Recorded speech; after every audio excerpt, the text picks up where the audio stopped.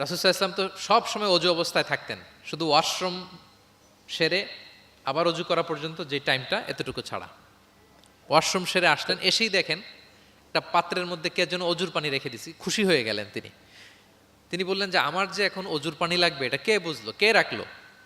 বলা হলো যে এটা আব্দুল্লাহ রেখেছে, ছোট্ট আব্দুল্লাহ, ওনার কাজিন আব্দুল্লাহ ইবনে আব্বাস, ওনার চাচাতো ভাই। উনি এত খুশি হলেন এই ছোট্ট আব্দুল্লাহর এই কাজে, যে আমার যে এখন অজুর পানি লাগবে এটাও কি করে বুঝলো। উনি এত খুশি হলেন, খুশি হয়ে তার জন্য একটা দোয়া করলেন। তিনি বললেন যে আল্লাহুম্মা ফাক্কিহু ফিদ্দীন ওয়া আল্লিমহু তা'ওয়িল। আল্লাহুম্মা আল্লিমহুল কিতাব, মানে আল্লাহ তুমি তাকে কোরআনের জ্ঞান শিক্ষা দিও, কোরআনের খুঁটিনাটি জ্ঞান তুমি আব্দুল্লাহকে শিক্ষা দিও। এবং প্রিয় নবীজির দোয়ার বরকতে আব্দুল্লাহ ইবনে আব্বাস রাদিয়াল্লাহু তাআলা আনহু তিনি রাইসুল মুফাসসিরিন, গোটা বিশ্বের সব মুফাসসিরদের সম্রাট হয়ে গিয়েছেন।